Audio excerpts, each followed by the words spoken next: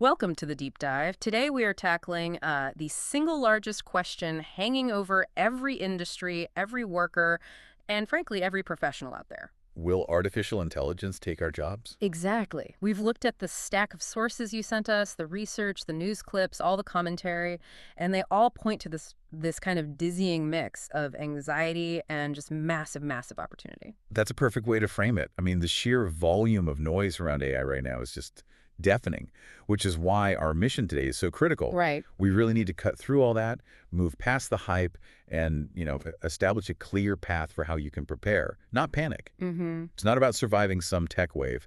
It's about finding the specific skills that separate being replaced from becoming what the best sources are calling the superhuman employee. That's a really powerful distinction because if there's one core insight from everything we reviewed, it's this. The danger isn't the technology itself. No, it's just a tool. It's just a magnificent new tool. The real danger is in staying static, waiting and watching while everyone else embraces the change. Okay, let's unpack this. Let's do it. So the central idea, the one that kept coming up over and over again, is actually brutally simple. AI is not going to take your job, Right. but people using AI will take your job.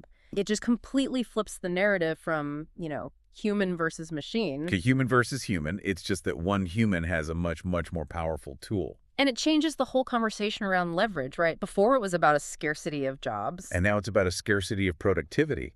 If someone can deliver 10 times the output, well, the marketplace is going to reward that. The sources use a fantastic analogy for this. Imagine an employee, right, whose job is coordinating tasks across a big area like traditional operations work, Okay. doing everything manually, running back and forth.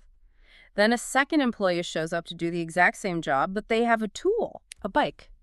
And that person is instantly more efficient. They cover more ground, deliver results faster. They're not smarter. They just leveraged the technology that was available. And today, that bike is AI. Except the efficiency gain isn't 100%. It's closer to what, 1,000% for some tasks. And, this kind of disruption isn't new. We should probably normalize the fear a little bit here. Innovation has always been disruptive. Sure. When the automobile took off, it just devastated the horse and buggy business.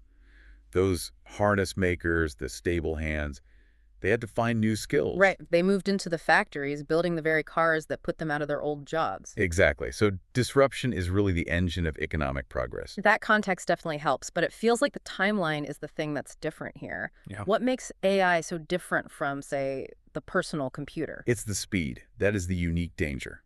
Past industrial revolutions, they moved across decades, sometimes a whole century. Giving people time to adapt. Giving communities and workers time to retrain, to transition. AI adoption is measured in months. The sources were so clear on this.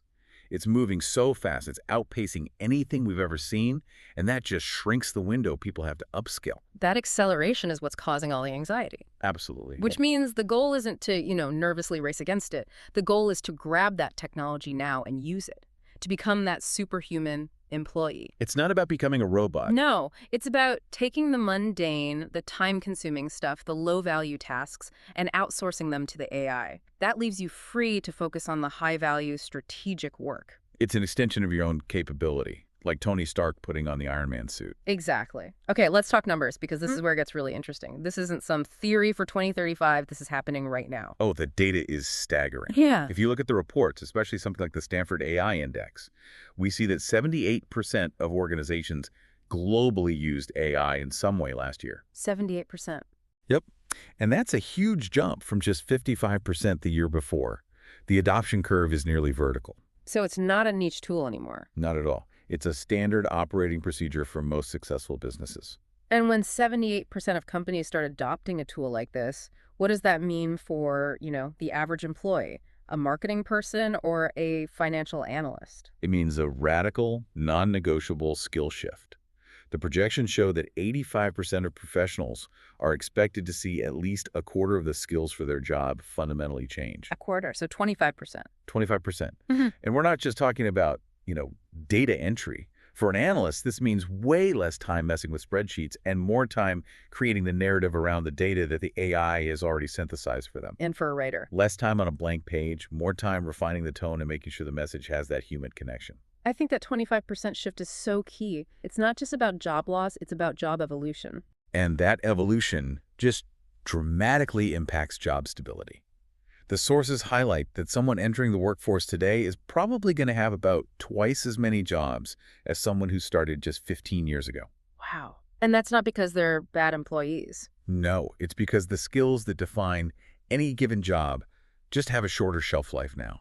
The roles themselves are becoming more fluid. And we've seen this before, right? I mean, one piece of commentary pointed out that 1 in 5 professionals today are in jobs that just didn't exist in the year 2000. Exactly. Data scientist, social media manager, customer success manager. All born out of new technology. Right. So we know innovation creates new roles. Yeah.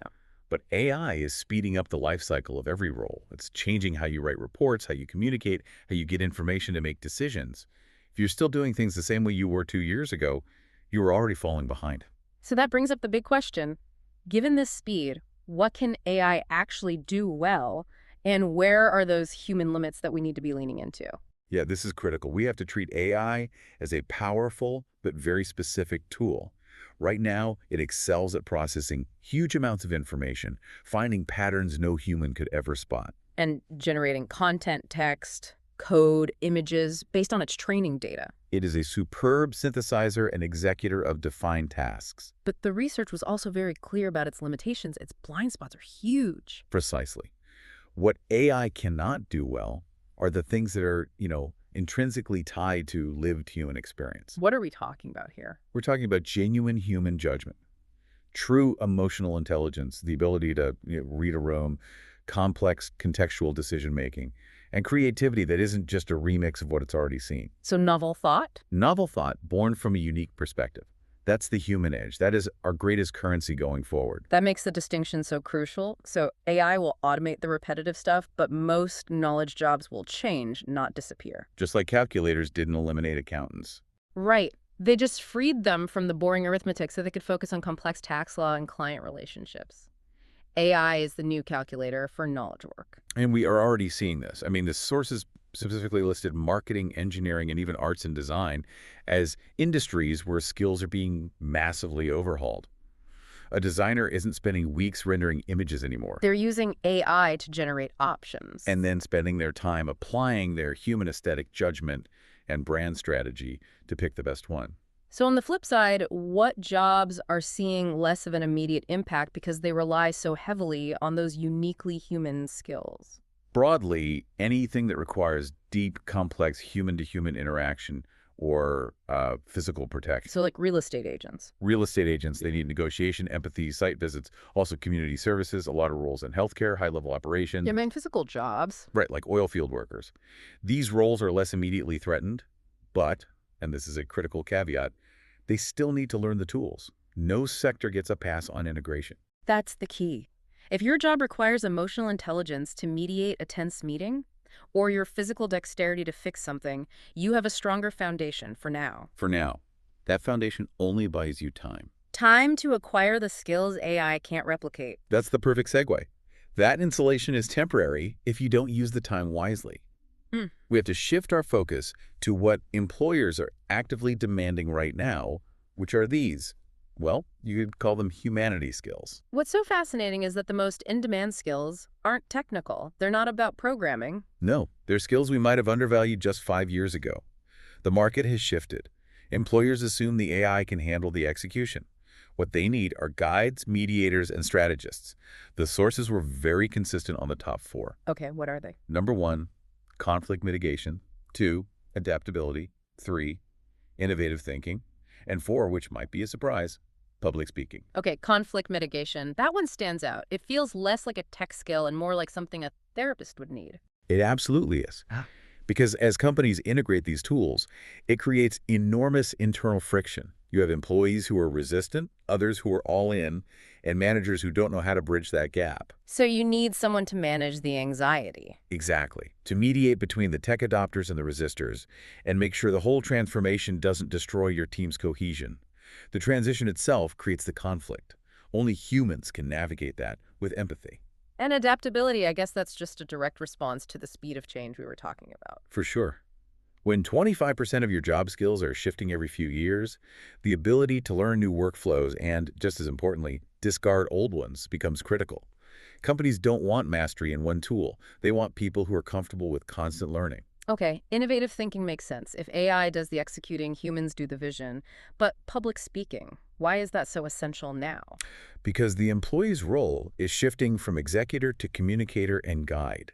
If an AI generates a brilliant report, someone still has to stand up, present it, explain the nuances, and build consensus around the strategy. So it's not just about doing the work, it's about guiding everyone else through the change. That's it. If you can effectively lead a room through a complex change, your value just skyrockets. So the job becomes more about talking to each other about the work. Mediating disagreements, leading the conversation. That's the new high-value skill. Okay, so we've covered the big picture. Let's get really practical. We know this is intimidating.